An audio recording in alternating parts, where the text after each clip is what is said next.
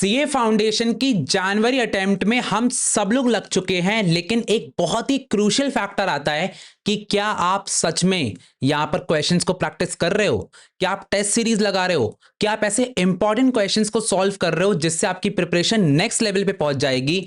तो भाई साहब, इसके लिए आपको एडीएस के टेस्ट सीरीज में आना पड़ेगा। तो स्वागत है सभी लोगों का आदित्य भैया की ऑफिशियल एडीएस टेस्ट सीरीज में, जहां पर मैं आपको सॉल्व कराऊंगा ऐसे सिंपल क्वेश्चंस। सिंपल नहीं समझना, सिंपल तो क्वेश्चंस है लेकिन आएंगे आपके एग्जाम्स में, बहुत ज्यादा इंपॉर्टेंट है। एमटीपी, आरटीपी, पीवाईक्यू और आईसीआई सबका कॉम्बिनेशन निकाल करके यहां पर तुम्हें देने जा रहा हूं। तो चलिए भैया, जल्दी से क्लास को स्टार्ट करते हैं और अपने टेस्ट को समाप्त करते हैं। तो सबसे पहले आप सभी लोग जानते तो मुझे हुई, इंट्रो की ज्यादा कोई जरूरत नहीं है। बस यहां पर एक कॉपी पेन निकाल करके अपना स्कोर लिखते चले जाना कि कितना यहां पर सही हुआ है, कितना गलत हुआ है, और लास्ट में कमेंट सेक्शन में जरूर बताना कि तुम्हारा स्कोर क्या हुआ, क्योंकि हम रिकॉर्ड कर रहे हैं तुम्हारे स्कोर को। ठीक है, तो डाल दोगे तो तुम्हारे पास एक प्रोग्रेस रहेगी कि हाँ, इस टेस्ट में मैंने इतना स्कोर किया था, तो क्या इंप्रूवमेंट है। चलो जरा, तो सारे बच्चे अटेंडेंस लगा देंगे सीए आसान है के साथ, और चलो मेरे साथ सारे बच्चे बोलेंगे हर हर महादेव। चलिए भैया, क्लास को स्टार्ट करते हैं जल्दी से और खेल खत्म करते हैं। सबसे पहला क्वेश्चन यहां पर आ जाता है, example of third degree of price discrimination क्या हो जाता है भैया। थर्ड डिग्री पर प्राइस कैसे डिस्क्रिमिनेट होगा। सो क्या यहां पर डंपिंग होती है, ठीक है, क्या यहां पर different prices for domestic and commercial uses हैं, lower prices for senior citizen है, या फिर ऑल ऑफ द अबव है। करेक्ट आंसर यहां पर क्या हो जाएगा, कैसे यहां पर चलेगा। यस, तो बहुत सारे बच्चे यहां पर सोचेंगे भैया क्या हो जाएगा, समझ में नहीं आ रहा। देखो, यहां पर थर्ड डिग्री में लोकेशन के बेसिस पर काम होता है, ठीक है। सो अगर आप लोग ध्यान से देखोगे तो यहां पर डंपिंग है, तो डंपिंग में भी अलग अलग इंटरनेशनल लोकेशन यूज होती है। लोग बाहर से आकर के कचड़े के भाव में अपने देश में बेच रहे हैं। सो ये एक प्राइस का डिस्क्रिमिनेशन है, अलग अलग प्राइसेस हैं। इसके अलावा सीनियर सिटीजन को अगर मैं देखूंगा तो लोअर प्राइसेस चार्ज किया जा रहा है, क्योंकि वो अलग उससे आता है, ठीक है, डिफरेंट कंज्यूमर ग्रुप है। तो लोकेशन हो गया, कंज्यूमर सेगमेंट भी यहां पर आता है, ठीक है। यहां पर भी डोमेस्टिक और कॉमर्शियल यूज है। सो करेक्ट आंसर क्या हो जाएगा भैया, डी ऑप्शन हो जाएगा, that is all of the above. बढ़िया है, मजेदार है, मस्त है, आगे बढ़ते हैं। नेक्स्ट आता है, the market structure where many firm sell similar but not identical products. Similar products बेच रहे हैं लेकिन आइडेंटिकल नहीं है। इसका मतलब क्या हो गया कि आईफोन तो बेच रहे हैं, ठीक है, लेकिन साइड में क्या बेच रहे हैं भैया, आईफोन 14 प्रो बेच रहे हैं। ओ भाई साहब, तो ये दोनों प्रोडक्ट जो है सेम तो नहीं है, हम इसको सिमिलर बोल सकते हैं लेकिन आइडेंटिकल एक से नहीं है। इसमें ज्यादा फीचर्स है। इसका कैमरा थोड़ा सा 3 कैमरे वाला होता है, यहां पे सिर्फ 2 कैमरे होते हैं, यहां पर ऐसा ऐसा ऐसा 3 कैमरा हो जाता है भाई साहब। सो यहां पर बताओ जरा, क्या ये कौन में होगा, क्या ये ओलिगोपॉली में होगा। नो भैया, यहां पर ऐसा कुछ नहीं होता। मोनोपोली में नो, वहां तो सिंगल ही प्रोडक्ट होता है। करेक्ट आंसर क्या हो जाएगा, मोनोपोलिस्टिक कंपटीशन, जहां पर प्रोडक्ट का डिफरेंशिएशन होता है। तो ये आपका बिल्कुल सही आंसर आ गया। जल्दी से अपने आप को 1 नंबर और दे दो। लैगिंग इंडिकेटर क्या होता है, मैं आपको बताना चाहता हूं। टाइप्स ऑफ इंडिकेटर पे बहुत सारे क्वेश्चन आएंगे, तो गाइस जल्दी जल्दी सब लोग इस वाले टॉपिक को याद कर लेंगे। क्या यहां पर अनएम्प्लॉयमेंट आएगा, कॉर्पोरेट प्रॉफिट, इंटरेस्ट रेट, या फिर ऑल ऑफ द अबव। तो लैगिंग इंडिकेटर का मतलब क्या होता है, जो कि चेंज तो होते हैं लेकिन आफ्टर होते हैं, आफ्टरवर्ड्स होते हैं। आफ्टरवर्ड्स का मतलब भैया क्या हो गया कि जब आपकी इकोनॉमी में या फिर जीडीपी में चेंज एक बार आ जाता है, उसके बाद इसमें होता है। फॉर एग्जांपल, अगर आपका जीडीपी नीचे चला गया, रिसेशन आ गया, तो रिसेशन के बाद अनएम्प्लॉयमेंट बढ़ जाएगा, रिसेशन के बाद आपके प्रॉफिट खत्म हो जाएंगे, इंटरेस्ट रेट जो है वो रिसेशन के बाद लो होना शुरू होगा, क्योंकि भैया अब इंटरेस्ट रेट कम करना पड़ेगा, तो इसमें बाद में चेंज आएगा। सो correct answer all of the above हो जाएगा। क्लियर है, मस्त है, मजेदार है, सबको समझ में आ रहा है। यस भैया आ रहा है। आगे बढ़ते हैं। Internal causes of business cycle क्या हो जाएगा भैया। अंदर के कॉजेज क्या होते हैं, अंदर के causes in the sense business cycle की बात चल रही है, तो क्या यहां पर मनी सप्लाई हो जाएगा, क्या साइकोलॉजिकल फैक्टर्स हो जाएगा, मैक्रो इकोनॉमिक्स, या फिर all of the above.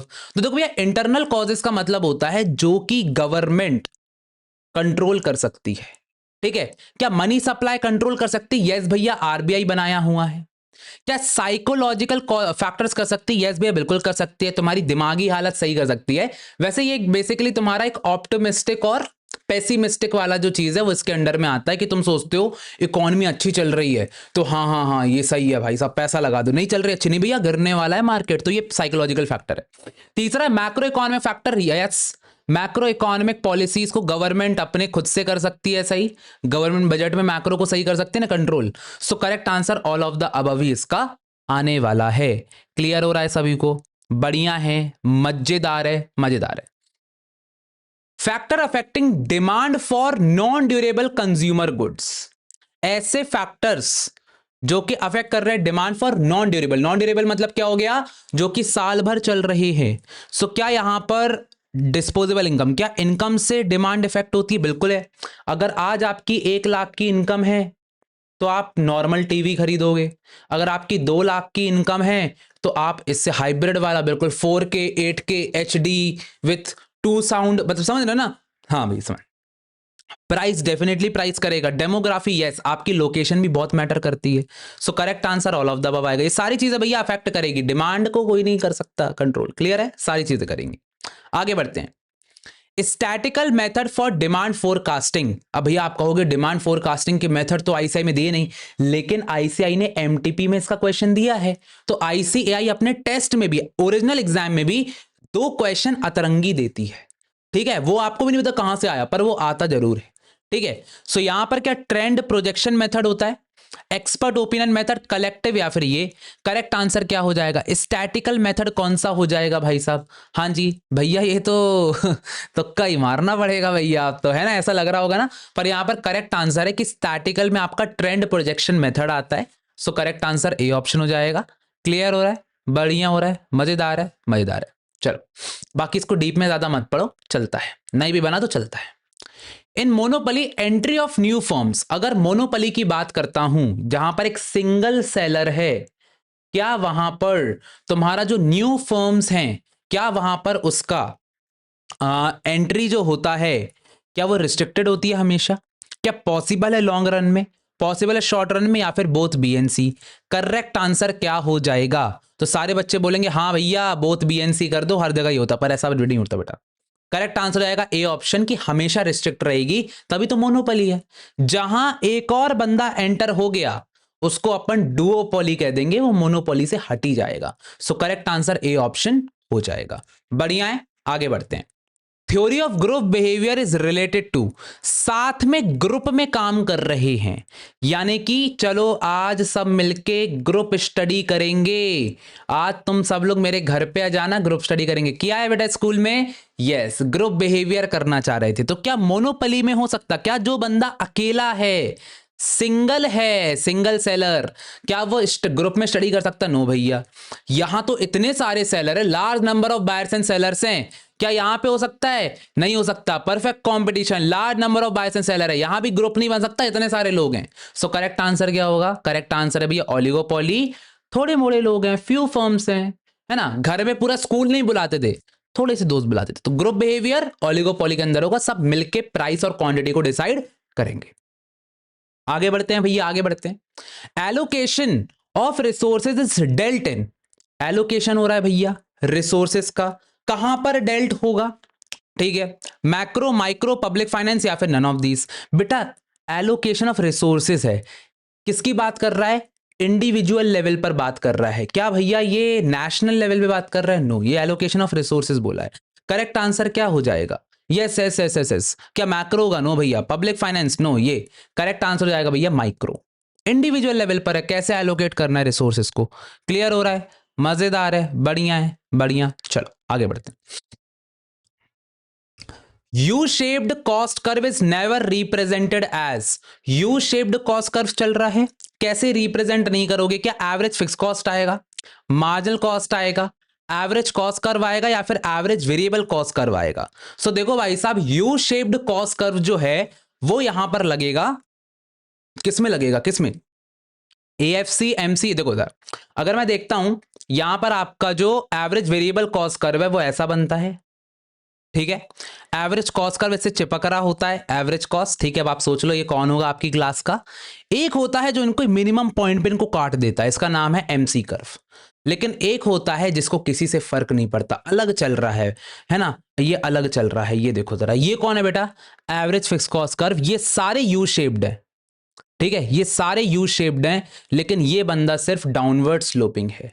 So correct answer क्या हो जाएगा, correct answer average fix cost curve हो जाएगा। तो याद रखना इस ग्राफ को, इंपॉर्टेंट है, इसके ऊपर क्वेश्चंस आ सकते हैं। Budget line is also known as, अब ये वाला क्वेश्चन आ चुका है एग्जाम में और सारे बच्चों ने इसको गलत कर दिया था, क्योंकि जैसे ही आया तो भैया बजट लाइन क्या होगा, production possibility curve, consumption possibility curve, iso utility curve, या फिर ये। तो बहुत सारे बच्चों ने बोल दिया आइसो यूटिलिटी, नहीं बेटा, यूटिलिटी का मतलब होता है वांट। तो ये बेसिकली इनडिफरेंस कर्व है, जहां पर सेम वांट्स को अपन कर्व के थ्रू दिखाते, तो ये इनडिफरेंस कर्व है, ये तो नहीं आ सकता है। प्रोडक्शन पॉसिबिलिटी कर्व अलग चीज होती है, वहां पर अपन स्कैरसिटी ऑफ रिसोर्सेज को बेसिकली देख रहे होते हैं। करेक्ट आंसर कंजम्पशन पॉसिबिलिटी आएगी, कि कितने लोग कितना चीज कंज्यूम कर सकते हैं in a given budget. So correct answer बेटा क्या हो जाएगा, करेक्ट आंसर बी ऑप्शन हो जाएगा। Next question, next question, next question. All given goods are, सारे गिवन गुड्स कैसे होंगे, कैसे होंगे सारे गिवन गुड्स, क्या इंफीरियर होंगे, नॉन इंफीरियर, नॉर्मल, या फिर none of these.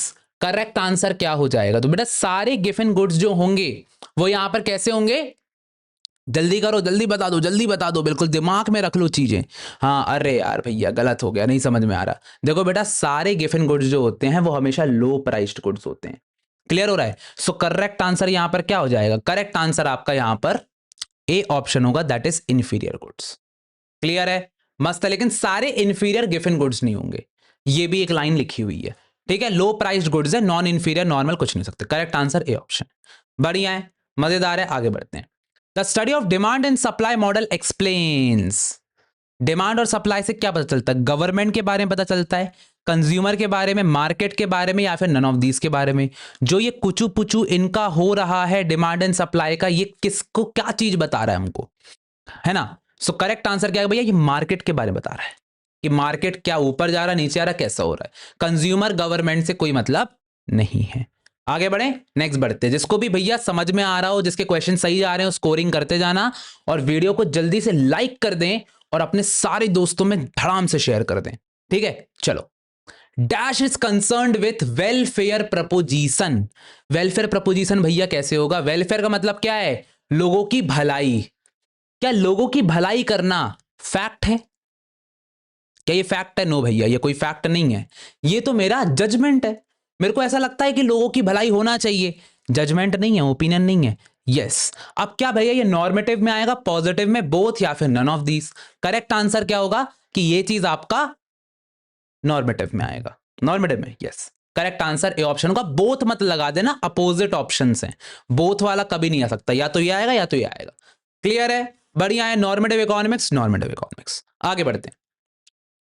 Access capacity is not found under, access capacity कहां पर फाइंड आउट नहीं होती है, मोनोपोली, मोनोपोलिस्टिक, परफेक्ट, या फिर ओलिगोपोली, कहां पर फाउंड आउट नहीं होती है। ये मैंने आपको बहुत बार बता चुका हूं कि जो आपकी ये वाली कैपेसिटी होती है ना, ये कभी भी आपकी, ये जहां पर प्रोडक्ट का डिफरेंशिएशन होता है। हाँ जी, सो क्या हो जाएगा आंसर, देखो रिकॉर्डिंग में ये चीज का बड़ा फायदा होता है ना, हाँ स्टॉप पॉज कर सकते हैं। हाँ जी, तो करेक्ट आंसर आपका परफेक्ट कंपटीशन हो जाएगा। क्यों हो जाएगा, क्योंकि परफेक्ट कंपटीशन में अगर आप ध्यान से देखोगे, सो यहां पर आपका ऑफ कोर्स ये बात है, लार्ज नंबर ऑफ फर्म्स हैं, ठीक है, उनके पास कोई ऑप्शन ही नहीं है कि एक्सेस कैपेसिटी वो बना सके। So correct answer C option आएगा, क्योंकि जितना वो डिमांड हो रहा है उतना सप्लाई जा रहा है, और इसलिए इनका यहां पर कुछ भी चीज नहीं हो सकता। Large number of buyer and seller में ऐसा ही होता है। क्लियर है, बढ़िया है, बढ़िया है। चलो, the regulatory mechanism of the market system is, जो रेगुलेटरी मैकेनिज्म है क्या वो सेल्फ इंटरेस्ट होता है, प्राइवेट प्रॉपर्टी, कंपटीशन, या फिर स्पेशलाइजेशन। करेक्ट आंसर यहां पर क्या हो जाएगा। सो देखो, रेगुलेटरी मैकेनिज्म मार्केट में ऐसा होता है कि मार्केट में तो डिमांड और सप्लाई चल रहा होता है, तो स्पेशलाइजेशन का कोई रोल ही नहीं है। सेल्फ इंटरेस्ट और प्राइवेट प्रॉपर्टी से कोई फर्क नहीं पड़ता।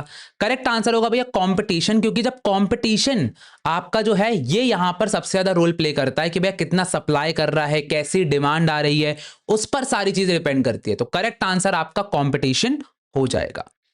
नेक्स्ट हो जाता है निकोलास काल्डोर ने क्या प्रपाउंड किया था। निकोलास काल्डोर ने क्या प्रपाउंड किया था? क्या यहां पर निकोलास थ्योरी की थी, काल्डोर थ्योरी करी थी, कोवेब करी थी, या फिर कॉप डॉगलास? तो अपन को बचपन से पता है कि जो निकोलास काल्डोर था, काल्डोर मतलब क्या था? इसका जो दरवाजा था, डोर मतलब दरवाजा, उसके अंदर काल था, यानी कि काली रात थी। ठीक है, तो बहुत ज्यादा अंधेरा अंधेरा था। वहां पर क्या हुआ, एक स्पाइडर ने आके कॉब वेब बना दिया। क्या बना दिया? कॉब वेब, है ना। स्पाइडर वो ऐसा वेब बना देते ना, वो उसे बोलते ना। हाँ बस समझे। तो करेक्ट आंसर सी ऑप्शन हो जाएगा। तो ऐसे करके याद हो गया होगा, निकोलास काल्डोर मतलब कॉब वेब थ्योरी। क्लियर है, मस्त है। आगे बढ़े, आगे बढ़ते हैं। During business cycle opposite off peak is. अगर बिजनेस साइकिल चल रही है तो पीक का अपोजिट क्या हो जाएगा? अपोजिट जल्दी से सब लोग लिख लेंगे आंसर को। क्या यहां पर इन्फ्लेशन हो जाएगा, हाइपर इन्फ्लेशन, ट्रेंड, या फिर ट्रफ? तो ऑफकोर्स ही बात है भैया, अगर पीक यहां पर है तो फिर ट्रफ नीचे आएगा। सो करेक्ट आंसर यहां पर क्या हो जाएगा? डी ऑप्शन आएगा, ट्रफ, यानी कि जो लोएस्ट पॉइंट होता है। पीक मतलब जो कि हाईएस्ट पॉइंट है। सो करेक्ट आंसर डी ऑप्शन हो जाएगा। चलो भैया, लास्ट दो questions. If the market demand curve has a negative slope, demand का अगर नेगेटिव स्लोप है, सो क्या यहां पर परफेक्ट कंपटीशन होगा, मोनोपोली होगा, इनपरफेक्ट कंपटीशन, या फिर मार्केट स्ट्रक्चर को डिफाइन नहीं कर सकते? करेक्ट आंसर क्या हो जाएगा?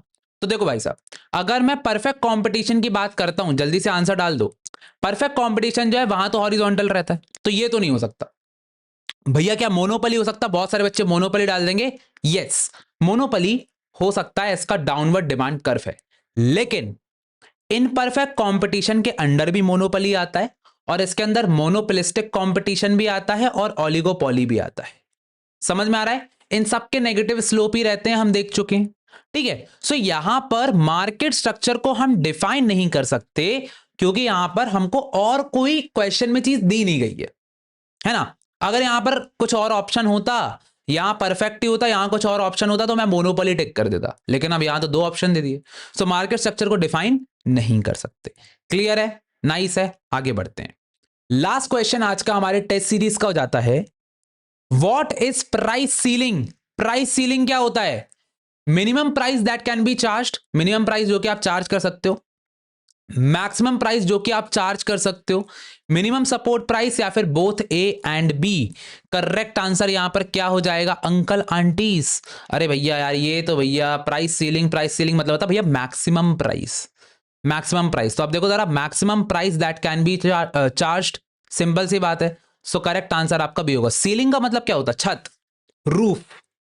रूफ मतलब मैक्सिमम।